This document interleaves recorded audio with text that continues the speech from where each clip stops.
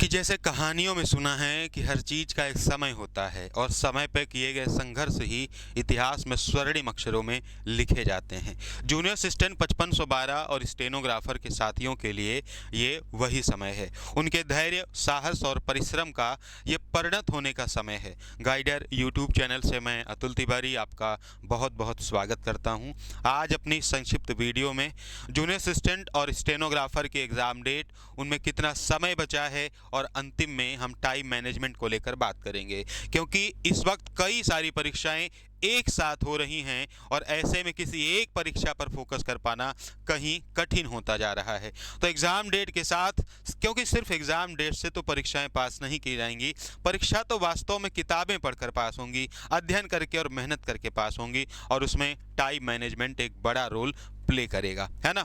चलिए शुरू करते हैं इस वीडियो को। जो नए साथी हैं वो चैनल को सब्सक्राइब कर सकते हैं, वीडियो को लाइक करके हमें हमारे काम के बारे में कमेंट बॉक्स के माध्यम से बता सकते हैं।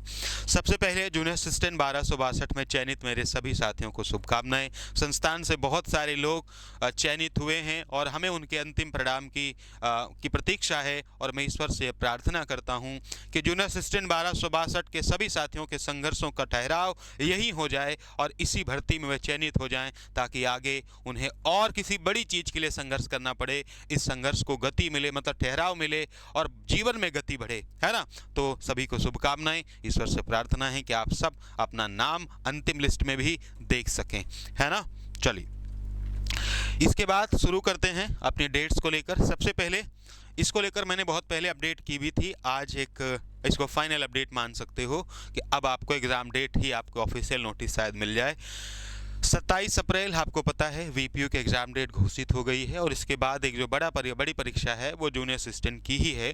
तो इसके एग्ज़ाम डेट क्या हो सकती है साथियों? देयर इज़ हाई चांसेस कि इसकी जो एग्ज़ाम डेट है वो 25 मई 2025 संभव है।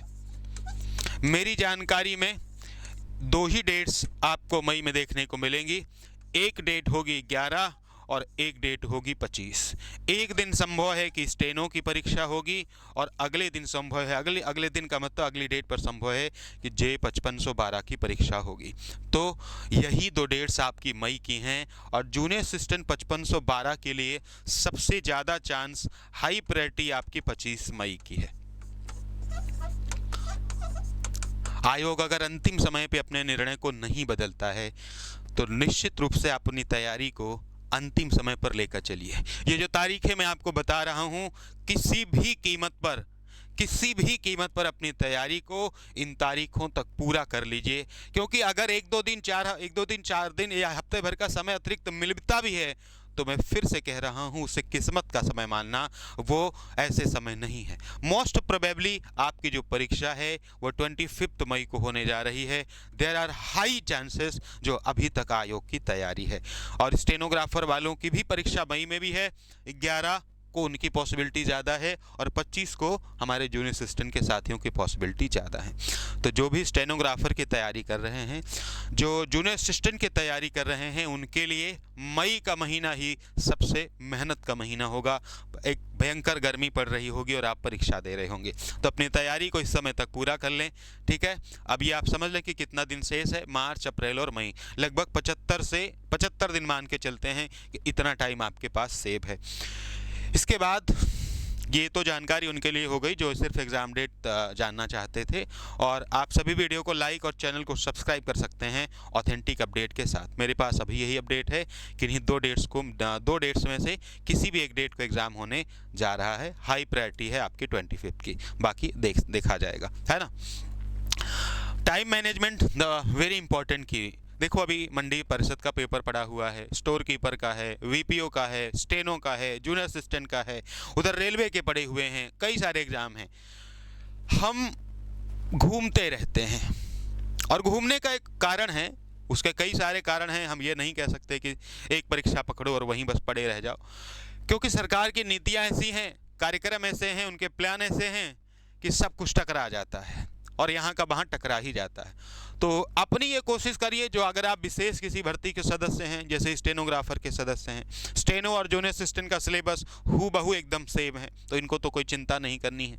अगर इन साथियों की कोई और परीक्षा है, जैसे मंडी परिषद है, जैसे वीपीओ है, तो उन पर भी फोकस कीजिए पहले, क्योंकि वीपीओ अगर आपने पढ़ा, देखो वीपीओ में एक बात क्लियर समझ लीजिए, अगर वीपीओ आपने इसके पहले पढ़ा है, मतलब पिछले 1-1.5 साल से अगर आप पढ़ रहे हो वीपीओ को, तो वीपीओ को टारगेट करिए।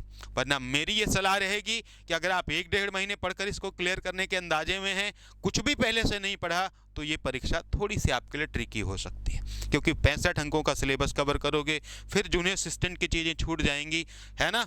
और अगर पहले से कुछ भी पढ़ा है, उस 65 का कोई भी हिस्सा पढ़ा हुआ है, मतलब दोनों को पहले से ही साथ लेकर चल रहे हैं, वीपीओ को भी जूनियर असिस्टेंट को, भले ही बीच में कभी छोड़ दिया हो, पढ़ा हो ना पढ़ा हो, कभी जे पढ़ने लगे, कभी वीपीओ पढ़ने लगे, तब आपको वीपीओ की परीक्षा बिल्कुल नहीं छोड़नी है।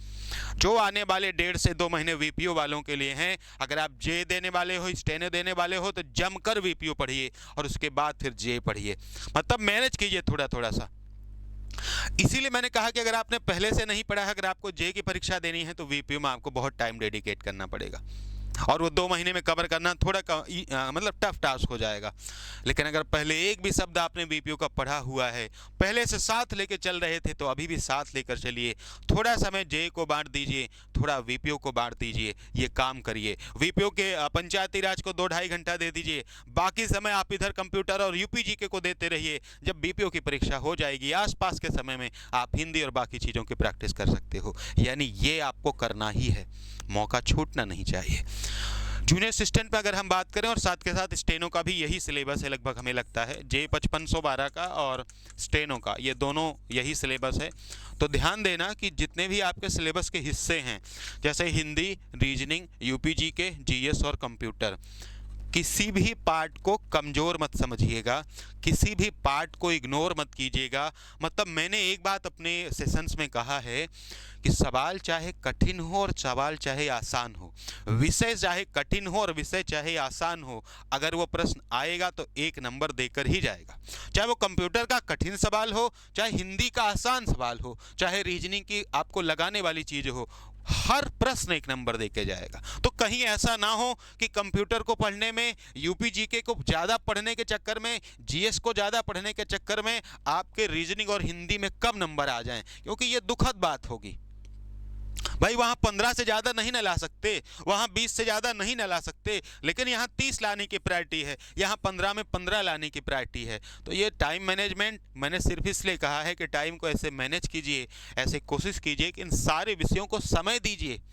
ऐसा ना हो कि किसी एक विषय के 2 विषय के चक्कर में सब कुछ गंवा बैठें, यहाँ आपके नंबर कमाने लगे। तो ये एक बैलेंसिंग बना कर रखिए। वो चाहे मेरा कंप्यूटर का विषय हो, मैं उसके बारे में भी यही कहता हूँ, यूपी के बारे में भी कहता हूँ, और बाकी विषयों को भी बना के रखिए, क्योंकि बैलेंस करेंगे तब मेरिट में आएंगे।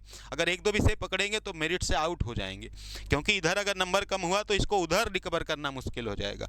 तो मेरे जे वालों को 55-12 और जो हमारे 32-84 हैं उनको भी, और स्टेनो वालों को, तीनों को मेरी ये सलाह है कि किसी भी विषय और किसी भी सब्जेक्ट को कमज़ोर मत समझिए। हर बिंदु को वैसे ही पढ़िए जैसे वो भी एक महत्वपूर्ण चीज़ है। हिंदी को बराबर और मानक किताबों का इस्तेमाल कीजिए, हिंदी के लिए स्टैंडर्ड बुक्स का इस्तेमाल कीजिए, लूसेंट से ऊपर उठिए, फंस जाएंगे लूसेंट में।